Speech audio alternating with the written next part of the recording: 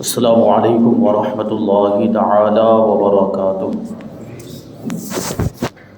نحمده ونصلي ونسلم على رسوله الكريم اما بعد فاعوذ باللہ من الشیطان الرجیم بسم اللہ الرحمن الرحیم ان اللہ وملائکته یصلون علی النبی یا ایھا الذین آمنوا صلوا علیہ وسلموا تسلیما اللهم صل على سيدنا ومولانا محمد معدن الجود والكرم وآله الكرام وابنه الكريم وبارك وسلم صلاة وسلاما عليك يا رسول الله صلی اللہ تعالی علیہ وسلم۔ سورہ بقرہ کی آیت نمبر 3 کی تفسیر جاری ہے اور اس کا ایک جز ہے وَيُقِيمُونَ الصَّلَاةَ۔ یہ ایمان والوں کی صفات بیان کی جا رہی ہے کہ ایمان والے کون ہیں، جو اللہ سے ڈرنے والے ہیں اور جو بن دیکھے ایمان لاتے ہیں اور نماز قائم کرتے ہیں اور اللہ کے دیے ہوئے میں سے اللہ کی راہ میں خرچ کرتے ہیں۔ تو یہاں پر اس میں نماز کی صفت کو بیان کیا کہ ایمان والوں کی ایک خوبی یہ ہے کہ وہ نماز قائم کرتے ہیں، نماز ادا کرتے ہیں۔ اس کے بارے میں بہت ساری چیزیں اس سے پہلے والے درس میں بیان کی جا چکی ہیں، اور چونکہ اس میں نماز کا ذکر ہے اس لیے نماز کے فضائل بیان کرتے ہیں۔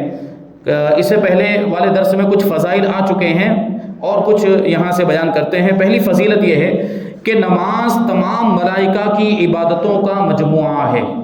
ملائکہ مطلب فرشتے، نماز تمام فرشتوں کی عبادتوں کا مجموعہ ہے۔ کیسے؟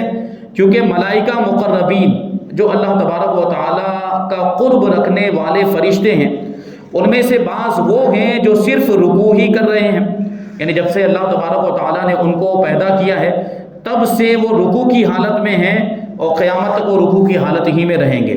اور بعض فرشتے ایسے ہیں جو صرف سجدہ کر رہے ہیں، جب سے وہ پیدا ہوئے ہیں سجدے کی حالت میں ہیں اور قیامت تک سجدے کی حالت ہی میں رہیں گے، بعض قیام کی حالت میں ہیں۔ اور بعض فرشتے ایسے ہیں جو صرف تسبیح اور تہلیل میں مشغول ہیں، یعنی اللہ تبارک و تعالیٰ کی پاکی بیان کرتے رہتے ہیں، سبحان اللہ پڑھتے رہتے ہیں اور لا الہ الا اللہ لا الہ الا اللہ یہی پڑھتے رہتے ہیں۔ بس ان کا یہی کام ہے، یہی ان کی ذمہ داری، اور قیامت تک یہی پڑھتے رہیں گے، تسبیح و تہلیل۔ اللہ تبارک و تعالیٰ نے ہماری نماز میں ان ساری چیزوں کو جمع فرما دیا۔ دیکھیں، رکوع بھی آ گیا، سجدہ بھی آ گیا، قیام بھی آ گیا اور تسبیح و تہلیل بھی آ گئی۔ نماز کے اندر جو اذکار ہوتے ہیں اس میں اللہ کی پاکی بھی بیان کی جاتی ہے۔ تو جو بھی اس کی پابندی کرے گا، یعنی نماز کی پابندی کرے گا، وہ درجے میں تمام ملائکہ کے برابر ہو جائے گا، فرشتوں کے برابر ہو جائے گا، بلکہ اور اگر اس نے ترقی کی اور اگر وہ آگے بڑھا نماز کی پابندی کرتے کرتے، اگر اللہ تبارک و تعالیٰ نے اس کے مرتبے کو بڑھایا تو ہو سکتا ہے فرشتوں سے بھی افضل ہو جائے، وہ فرشتوں سے بھی افضل ہو جاتا ہے نماز کی پابندی کے ذریعے، اللہ تبارک و تعالیٰ کی فرما برداری کے ذریعے۔ تو یہ ایک فضیلت ہوئی کہ یہ فرشتوں کی عبادتوں کا مجموعہ ہے۔ دوسری فضیلت کیا ہے کہ نماز میں ساری مخلوقات کی عبادت جمع ہے، یعنی انسان کے علاوہ جو دوسری مخلوقات ہیں اس پر ہم غور کریں۔ مخلوقات کا معاملہ جو ہے وہ الگ الگ مخلوقات ہیں اور ان کے جسم کی بناوٹ الگ الگ رکھی گئی ہے، تو اس پر غور کریں تو ہمیں پتہ چلے گا کہ بعض جانور ایسے ہیں جو دیکھنے پر لگتا ہے کہ رکوع کی حالت میں ہیں، اور بعض جانور ایسے ہیں جن کو دیکھنے پر لگتا ہے کہ قیام کی حالت میں، یا دوسری کچھ مخلوقات ہیں، جانوروں کو چھوڑ کر اگر دوسری کوئی چیز دیکھیں جو اللہ کی پیدا کردہ چیزیں ہیں، پوری کائنات اللہ تبارک و تعالیٰ نے بنائی، تو اس میں کچھ چیزیں ایسی ہیں، کچھ مخلوقات ایسی ہیں جو دیکھنے پر لگتا ہے کہ قیام کی حالت میں، کچھ مخلوقات ایسی کہ ایسا لگتا ہے کہ سجدے کی حالت میں، اور کچھ مخلوقات ایسی کہ ایسا لگتا ہے کہ قعدے کی حالت میں۔ وہ کون کون ہیں؟ فرمایا کہ ساری مخلوقات کی عبادتوں کو نماز کے اندر جمع کر دیا گیا۔ وہ اس طرح کے درخت ہر وقت قیام کی حالت میں ہے، درخت سیدھے کھڑے ہوتے کہ نہیں، تو ہم نماز کی حالت میں سیدھے کھڑے ہوتے ہیں، اس حالت کو کیا کہا جاتا ہے؟ قیام کی حالت کہا جاتا ہے۔ تو گویا کہ جو درخت ہیں، دنیا میں جتنے بھی درخت ہیں، وہ سب کون سی حالت میں ہیں؟ وہ قیام کی حالت میں ہیں، اور وہ ایک اعتبار سے اللہ کی عبادت، کیونکہ ساری مخلوقات اللہ تبارک و تعالیٰ کی عبادت کرتی ہے۔ تو درخت کھڑے ہونے کی حالت میں، قیام کی حالت میں اللہ کی عبادت کر رہے ہیں، اور چوپائے رکوع میں، یعنی 4 پیر والے جتنے بھی جانور ہیں وہ رکوع کی حالت میں جھکے ہوئے ہیں، اور سانپ، بچھو وغیرہ رینگنے والے جو جانور ہیں وہ ہر وقت سجدے میں ہیں، اور مینڈک وغیرہ ہر وقت قعدے میں ہے۔ مینڈک جو بیٹھتا ہے دوستوں دیکھیں، اب ایسا لگتا ہے وہ قعدے کی حالت میں بیٹھا ہوا ہے۔ انسان چونکہ ان سب سے افضل ہے، ساری مخلوقات سے افضل ہے، اس لیے چاہیے کہ اس کی عبادت ان سب کی عبادتوں کو شامل ہو. اس لیے نماز میں یہ ساری چیزیں، قیام بھی آ گیا، رکوع بھی آ گیا، سجدہ بھی آ گیا، قعدہ بھی آ گیا.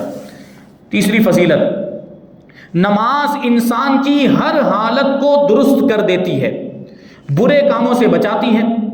اور یہ تو آزمائی ہوئی بات ہے، یہ تجربہ کی ہوئی بات ہے کہ بڑے بڑے فاسق، بدکار اور گنہگار لوگوں نے جب صدق دل سے نماز پڑھنا شروع کر دیا، یعنی سچے دل سے جب نماز پڑھنی شروع کر دی، تو اللہ تبارک و تعالیٰ کے فضل سے وہ سارے گناہوں سے بچ گئے، نیک بن گئے، اللہ تبارک و تعالیٰ کی فرما برداری کرنے والے بن گئے نماز کی برکت سے.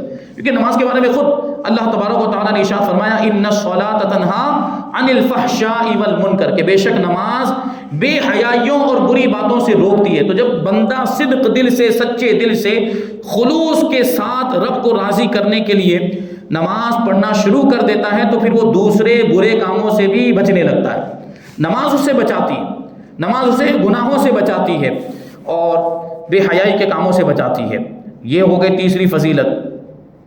چوتھی فضیلت ہے کہ نماز صدہا بیماریوں کا علاج ہے. آج ہم بیماریوں کے علاج کے لیے کہاں کہاں بھٹکتے ہیں، کدھر کدھر جاتے ہیں، گھومتے پھرتے ہیں. نماز کے اندر بے شمار بیماریوں کا علاج ہے. اور اس وقت کے اطباء، مصنف علیہ رحمہ اپنے زمانے کے اعتبار سے کہہ رہے ہیں کہ اس وقت کے جو ڈاکٹر لوگ ہیں وہ بھی کہتے ہیں کہ وضو کرنے والا آدمی دماغی بیماریوں میں بہت کم مبتلا ہوتا ہے. جو اب ظاہر سی بات، وضو کیوں کرتے ہیں ہم؟ نماز پڑھنی ہوتی ہے تو وضو کرتے ہیں، عبادت کرنی ہوتی ہے تو وضو کرتے ہیں، قرآن پاک کی تلاوت کرنی ہوتی ہے تو وضو کرتے ہیں. تو جو آدمی پابندی کے ساتھ وضو کرتا رہتا ہے، اس کے بارے میں ڈاکٹر خود کہتے ہیں، طبیب کو خود کہتے ہیں کہ وہ دماغی بیماری میں بہت ہی کم مبتلا ہوتا ہے. یعنی اس کو دماغ کی کوئی بیماری جلدی سے نہیں ہوتی، کیونکہ اس میں ایک چیز ہے. آپ غور کریں گے، وضو میں چہرہ دھویا جاتا ہے، ہاتھ دھوئے جاتے ہیں، پاؤں دھوئے جاتے ہیں. ایک مخصوص چیز ہے، وہ کیا ہے؟ سر کا مسح. یہ جو سر کا مسح کرنے کا جو انداز ہے، اگر اللہ تبارک و تعالیٰ چاہتا تو اس کو بھی دھونے کا حکم ہوتا، لیکن اس کو دھونے کا حکم نہیں دیا گیا. دھوتے تو ہم ویسے بھی غسل کے اندر، نہانے میں یہ سر دھل جاتا ہے، لیکن وضو میں کیا حکم دیا گیا؟ وضو میں مسح کرنے کا حکم دیا گیا. یعنی پورے طور پر پانی اس پر بہایا نہیں جاتا، بس وہ بھیگا ہاتھ سر کے اوپر پھیر لیا جاتا ہے. یہ اسی کی برکت ہے کہ دماغی بیماریاں اس کی وجہ سے نہیں ہوتی. کبھی ایسا بھی ہوتا ہے کہ پانی لگنے کی وجہ سے بیماریاں ہوتی. اگر پانی بہا دیا جاتا، ٹھنڈا پانی ہے تو اس کی وجہ سے کوئی تکلیف ہو گئی، لیکن یہاں پانی بہانے کا حکم نہیں دیا گیا، صرف تری پہنچانے کا حکم دیا گیا.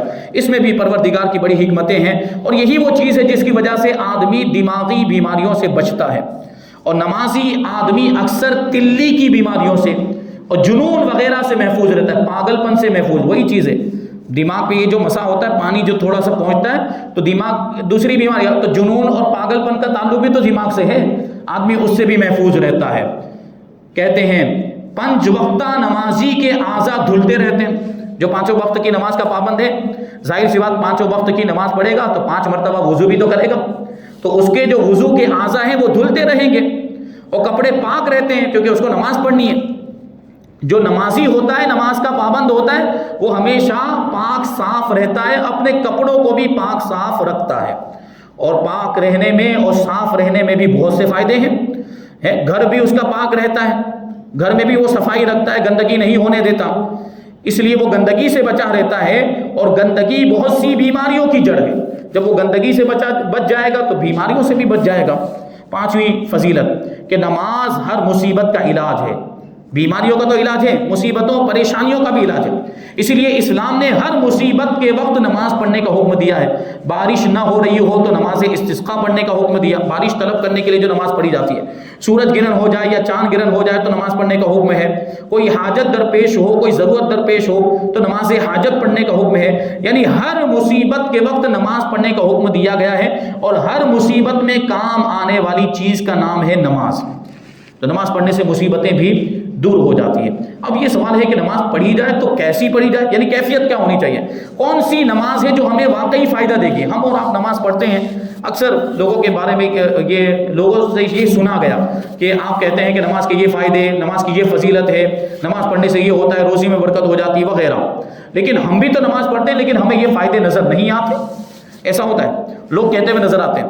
تو وہ خود ہی غور کریں کہ وہ جو نماز پڑھ رہے ہیں وہ اس طرح پڑھ بھی رہے ہیں کہ نہیں جس طرح پڑھنی چاہیے، یعنی نماز کے حقوق کو ادا بھی کر رہے ہیں کہ نہیں کر رہے. تو اس انداز میں نماز پڑھی جائے جس انداز میں نماز پڑھنے کا حکم دیا گیا ہے جیسے وہ پڑھنی چاہیے، جیسے نماز پڑھنے کا حق ہے، اگر اس طریقے سے نماز پڑھی جائے گی تو پھر یقیناً اس کا فائدہ دیکھنے کو ملے گا۔ وہ کیسے پڑھنی چاہیے؟ ایک واقعہ یہاں پر بیان کرتے ہیں، بزرگ کا واقعہ بیان کرتے ہیں کہ دیکھیے وہ کس انداز میں نماز پڑھتے تھے اور ان کی نماز پڑھنے کی کیفیت کیا ہوتی تھی۔ اس جگہ پر روح البیان میں، تفسیر روح البیان میں اسی جگہ پر فرمایا کہ کسی شخص نے حضرت حاتم زاہد سے پوچھ لیا، یہ اللہ کے ولی گزرے ہیں حضرت حاتم زاہد، ان کو حضرت حاتم اصم بھی کہا جاتا ہے۔ ان سے کسی نے پوچھ لیا کہ آپ نماز کس طرح پڑھتے ہیں، یعنی نماز پڑھتے وقت آپ کی کیفیت کیا ہوتی ہے، آپ کی حالت کیا ہوتی ہے؟ تو حضرت حاتم نے فرمایا کہ جب نماز کا وقت قریب آتا ہے تو میں اچھی طرح وضو کرتا ہوں، پھر مصلی پر سیدھا کھڑا ہو جاتا ہوں اور دل میں محسوس کرتا ہوں کہ کعبہ معظمہ میرے چہرے کے سامنے ہے، یعنی اگرچہ میں اپنے شہر میں ہوں، اپنے ملک میں ہوں، کعبہ یہاں سے بہت دور ہے، لیکن میں تصور کرتا ہوں، میں سوچتا ہوں، خیال کرتا ہوں کہ خانہ کعبہ میرے سامنے ہے۔ یعنی آپ سوچیں جو جاتے ہیں، الحمدللہ ابھی اللہ تبارک و تعالیٰ نے ہمیں سعادت نصیب فرمائی، اللہ تبارک و تعالیٰ سارے اہل ایمان کو وہاں پر حاضر ہونے کی توفیق عطا فرمائے اور بار بار زندگی میں حج اور عمرہ کرنا نصیب فرمائے۔ وہاں جاتے ہیں الگ ہی کیفیت ہوتی ہے۔ خانہ کعبہ کو آپ دیکھیں، مدینہ منورہ میں جائیں، حضور پاک صلی اللہ علیہ وسلم کے روضے کو دیکھیں اور خانہ کعبہ کو دیکھیں تو بے ساختہ آنسو نکل ہی جاتے ہیں، کیونکہ وہ تصور ہوتا ہے نا کہ اللہ کا گھر ہے، ہم اللہ کے گھر میں آ گئے۔ خانہ کعبہ میں لوگ خواہش کرتے، تمنا کرتے لیکن نہیں پہنچ پاتے اور ہم پہنچ گئے، بے ساختہ آنسو نکلتے، لوگوں کو روتے ہوئے دیکھا ہے ہم نے وہاں پر۔ تو یہ تصور کریں کہ خانہ کعبہ میرے سامنے ہے تو اس وقت کیسی کیفیت ہوتی، یعنی اگر واقعی آدمی خانہ کعبہ کے سامنے ہو تو کیسی کیفیت ہوگی، اس طرح کی کیفیت وہ بنائے اور یہ سوچے کہ مقام ابراہیم میرے سینے کے آگے ہے، یعنی یہ خانہ کعبہ اور نمازی کے بیچ میں اور خانہ کعبہ کے بیچ میں وہ مقام ابراہیم، وہ پنجرا نما جو بنا ہوا جہاں پہ پتھر رکھا گیا ہے جس پر حضرت ابراہیم علیہ السلام نے کھڑے ہو کر خانہ کعبہ کی تعمیر کی تھی، اس کو مقام ابراہیم کہا جاتا ہے۔ تو یہ تصور کرے کہ مقام ابراہیم میری نگاہوں کے سامنے ہے، اللہ میرے قریب ہے جو میرے ہر حال کو دیکھ رہا ہے، گویا میرے قدم پل صراط پر ہیں اور جنت میری داہنی جانب ہے اور دوزخ میری بائیں طرف ہے اور ملک الموت یعنی موت کے فرشتے میرے پیچھے کھڑے ہوئے ہیں، اور ہر نماز کے بارے میں یہ خیال کرتا ہوں، حضرت حاتم کہتے ہیں کہ ہر نماز کے بارے میں یہ خیال کرتا ہوں کہ یہ میری زندگی کی آخری نماز ہے، پھر تکبیر تحریمہ کہتا ہوں۔ سوچیں آپ، وہ اللہ کے ولی، ان کی نماز پڑھنے کا انداز کیسا، یعنی ہم اور آپ تو بے خیالی میں جیسا وہ ویسے آ کے کھڑے ہو جاتے ہیں، لیکن یہ جب مصلی پہ کھڑے ہوتے ہیں تو کتنا کچھ سوچتے ہیں، کیا کیا تصور کرتے ہیں اور اللہ کا کیسا خوف ان کے دل میں ہوتا ہے، یہ سب خیال تصور ذہن میں لانے کے بعد پھر وہ تکبیر تحریمہ کہتے ہیں۔ پھر کہتے ہیں کہ پھر میں قرآن پاک کی تلاوت کرتا ہوں کہ ایک ایک لفظ کے معنی پر غور کرتا ہوں، اس کو سمجھتے ہوئے میں اس کی تلاوت کرتا ہوں، عاجزی کے ساتھ رکوع کرتا ہوں اور گریہ اور زاری کے ساتھ روتے ہوئے سجدہ کرتا ہوں، اور امید قبول پر اتحیات پڑھتا ہوں، یعنی اتحیات پڑھتا ہوں تو یہ امید ہوتی ہے کہ میری نماز قبول ہو جائے، اور سنت طریقے پر سلام پھیرتا ہوں، پھر جب فارغ ہوتا ہوں تو نماز کے قبول ہونے کی امید اور مردود ہونے کے خوف میں مشغول ہوتا ہوں، یعنی نماز مکمل ہو چکی، نماز، یہ اللہ والے دیکھیے نماز پوری ہو جانے کے بعد بھی ان کو یہ امید تو ہے کہ ہو سکتا ہے نماز قبول ہو جائے، لیکن ساتھ میں یہ خوف بھی ہوتا ہے، یہ ڈر بھی ہوتا ہے کہ کہیں یہ نماز ہماری رد نہ کر دی جائے اور میرے منہ پر نہ مار دی جائے۔ یہ اللہ والوں، ہم اور آپ نماز پڑھتے ہیں تو کوئی خیال نہیں آتا ہے کہ یہ ہماری نماز قبول ہوگی بھی کہ نہیں، ان کو فکر ہوتی تھی، وہ نماز پڑھتے تھے، نماز سے فارغ ہونے کے بعد ان کو یہ فکر لاحق ہوتی تھی اور وہ پریشان ہوتے تھے کہ میں نے نماز پڑھ تو لی ہے لیکن یہ میری نماز اس لائق ہے بھی کہ نہیں کہ اللہ کی بارگاہ میں قبول ہو جائے یا ہمارے چہرے پر مار دی جائے۔ تو اور فرماتے ہیں آگے کہ میں اس طرح سے 30 سال سے نماز پڑھ رہا ہوں۔ کتنے سال سے؟ 30 سال سے وہ اسی انداز میں نماز پڑھ رہے ہیں۔ اب سوچیں کہ ہمیں اپنے حالات میں کس طرح سے تبدیلی لانے کی ضرورت ہے اور ہمیں اپنے آپ کی کس قدر اصلاح کرنے کی ضرورت ہے۔ ہم اپنی نمازوں پر خود ہی غور کریں، یہ اللہ والوں کی نماز ہے اور ہم اپنی نماز کو دیکھیں کہ اس کے مقابلے میں ہماری نماز کہاں پر ہے اور ہمیں اپنی نماز کو کتنا سدھارنے کی ضرورت ہے، اس لیول پر لے جانے کی ضرورت ہے۔ صوفیاء کرام فرماتے ہیں کہ اے اللہ کے بندو، نماز کے لیے یا تو تارے بن جاؤ کہ تمام رات رب کی عبادت کرو، کیونکہ ستارے جو ہوتے ہیں وہ پوری رات جگمگاتے رہتے ہیں کہ نہیں، یعنی تارے بن جاؤ کا مطلب کیا، پوری رات جاگتے رہو، پوری رات عبادت کرتے رہو، اور یہ نہ ہو سکے یعنی تارے نہ بن سکو، پوری رات عبادت نہ کر سکو تو چاند بن جاؤ، کیونکہ چاند کا کیا حساب ہوتا ہے، چاند کا کیا معاملہ ہوتا ہے؟ پوری رات تو نہیں چمکتا، لیکن رات کے کچھ حصے میں یا اکثر حصے میں روشن ہوتا ہے، چمکتا ہے۔ تو مطلب یہ ہوا کہ رات کے بعض حصے میں نماز پڑھو، اور اگر یہ بھی نہ ہو سکے، چاند کی طرح بھی نہ بن سکو، تو کم سے کم سورج کی طرح تو بنو، یعنی دن میں عبادت سے غافل نہ رہو، کیونکہ سورج دن میں چمکتا ہے۔ اور مطلب یہ ہے کہ رات میں عبادت نہ کر سکو تو دن میں عبادت کرو، اور دن کی عبادت میں کوئی کوتاہی نہ کرو، غفلت نہ کرو۔ یہ صوفیاء کرام فرماتے ہیں۔ اب یہ نماز جو ہے بڑی پیاری چیز ہے، بہت ہی اچھی عبادت ہے، بڑی فائدے والی عبادت ہے، اور اس میں بہت سارے راز بھی ہیں، نماز کے اندر بہت ساری حکمتیں بھی ہیں۔ ان رازوں کو، ان اسرار کو اور حکمتوں کو بیان کرتے ہیں کہ 5 وقت کی نمازیں اس لیے فرض ہوئی کہ معراج میں اولاً 50 وقت کی نمازیں فرض ہوئی تھی۔ حضور پاک صلی اللہ علیہ وسلم جب معراج میں تشریف لے گئے تو اللہ تبارک و تعالیٰ نے حضور کو امت کے لیے تحفہ عطا فرمایا تھا، وہ کیا تھا؟ 50 وقت کی نماز۔ پھر یہ 50 وقت کی نماز 5 کیسے ہوئی؟ حضرت موسیٰ علیہ السلام نے عرض کیا تھا کہ آپ کی امت یہ 50 وقت کی نماز نہیں پڑھ پائے گی۔ ابھی آپ سوچیں، خود ہی غور کریں، یہ 5 ہے، یعنی ابھی کتنی کم ہو گئی؟ 50 کے مقابلے میں 10 گنا کم ہو گئی، اور 5 نہیں پڑھ پا رہے ہیں تو 50 کیسے پڑھ پاتے ہیں؟ خود ہی سوچیں۔ حضرت موسیٰ علیہ السلام نے اپنی قوم کو آزمایا تھا، حضرت موسیٰ علیہ السلام نے اپنی امت کو آزمایا تھا۔ ان کی امت میں بھی یہ معاملات تھے، نافرمانی کے معاملات، عبادت نہیں کرتے تھے، کوتاہیاں کرتے تھے، غفلت برتتے تھے۔ تو حضرت موسیٰ علیہ السلام نے اپنی قوم کا جو تجربہ کیا تھا، اس تجربے کی روشنی میں حضرت موسیٰ علیہ السلام نے حضور کی بارگاہ میں عرض کیا کہ یا رسول اللہ، یہ آپ کی امت جو ہے وہ 50 وقت کی نماز نہیں پڑھ پائے گی۔ تو حضور واپس گئے اللہ کی بارگاہ میں اور کم کروائی، عرض کیا اللہ کی بارگاہ میں کہ نماز کا 50 وقت کی نماز میری امت نہیں پڑھ پائے گی، تو کم ہوتے ہوتے کتنی رہ گئی؟ 5۔ اچھا 5 ہو گئی، اس پر بھی حضرت موسیٰ علیہ السلام نے کہا تھا یہ 5 بھی نہیں پڑھ پائیں گے، لیکن حضور نے کہا اب مجھے جانے میں شرم آتی ہے، یعنی 5 سے بھی کم کروانے کتنی ہو گئی؟ 50 کے مقابلے میں 5 ہو گئی، اب اس سے بھی کم کروانے میں مجھے شرم آتی، اس لیے 5 رہ گئی۔ لیکن دیکھیں اللہ کی بارگاہ میں چونکہ باتیں بدلتی نہیں، اللہ تبارک و تعالیٰ کا حکم، اللہ تبارک و تعالیٰ کے ارشادات بدلتے نہیں۔ ایک مرتبہ 50 وقت کی نماز فرض ہو چکی تو اس کو یوں نہیں کہا جائے گا کہ 5 ہونے کے بعد اللہ تبارک و تعالیٰ کی بات بدل گئی، نہیں۔ اللہ تبارک و تعالیٰ نے کیا فرمایا کہ ہمارے یہاں پر باتیں بدلتی نہیں، چونکہ 50 وقت کی نمازیں فرض کی گئی تھی، اب اگرچہ 5 ہو گئی ہے، آپ کی امت کے لوگ 5 وقت کی نماز پڑھیں گے، لیکن ان کو ثواب 50 وقت کی نماز پڑھنے کا ملے گا۔ یہ اس امت پر اللہ تبارک و تعالیٰ کا احسان ہے۔ تو حضرت موسیٰ علیہ السلام کے عرض کرنے پر یہ 5 وقت کی نمازیں رہ گئی۔ اللہ تبارک و تعالیٰ کے یہاں ہر نیکی کا ثواب 10 گنا ہوتا ہے، تو اب یہ 50 کو 10 میں آپ ضرب دیں، ملٹیپلائی کریں، کتنے ہو جائیں گے؟ 50۔ یعنی یہ نمازیں پڑھنے میں تو 5 ہے، لیکن ثواب میں 50 کے برابر ہے۔ اس امت پر حضور پاک صلی اللہ علیہ وسلم کے صدقے میں اس امت کے ثواب کو اس طریقے سے بڑھا دیا گیا، عمل تھوڑا سا کرتے ہیں اور ثواب بہت زیادہ مل جایا کرتا ہے۔ ایک تو یہ حکمت ہے، اور دوسری حکمت یہ ہے کہ اور امتوں نے یہ نمازیں متفرق طور پر پڑھی تھی، عصر، مغرب، عشاء، فجر، یہ الگ الگ، یعنی کوئی امت ایک نماز پڑھتی تھی، دوسری امت ایک نماز پڑھتی تھی، تیسری امت ایک نماز پڑھتی تھی۔ کسی نے فقط فجر کی نماز پڑھی، کسی نے فقط ظہر کی پڑھی، کسی نے صرف عصر کی پڑھی۔ اللہ تبارک و تعالیٰ نے ان ساری نمازوں کو ہمارے لیے جمع فرما دیا اور 5 وقت کی نمازیں فرض کر دی گئی۔ چونکہ وہ سب مل کر 5 نمازیں ہوتی تھی، اس لیے ہمارے واسطے یہ 5 وقت کی نمازیں فرض ہوئی۔ تیسری حکمت یہ ہے کہ نمازوں سے مقصود یہ ہے کہ انسان کی ہر حالت اللہ کے ذکر سے شروع ہو۔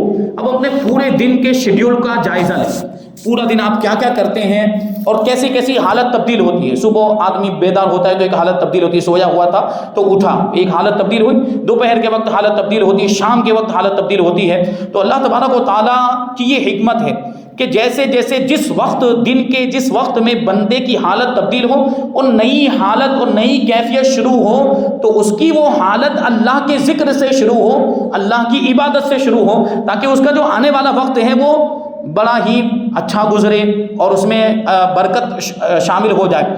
اسی کو کہتے ہیں دن رات میں 5 ہی حالتیں ہوتی ہیں، اس لیے نمازیں بھی 5 ہی رکھی گئی۔ مثلا صبح کو اٹھا تو اب بیداری کی حالت شروع ہوئی، جاگنے کی حالت شروع ہوئی، سو رہا تو وہ الگ حالت تھی، بیدار ہونا، جاگنا یہ الگ حالت ہو گئی۔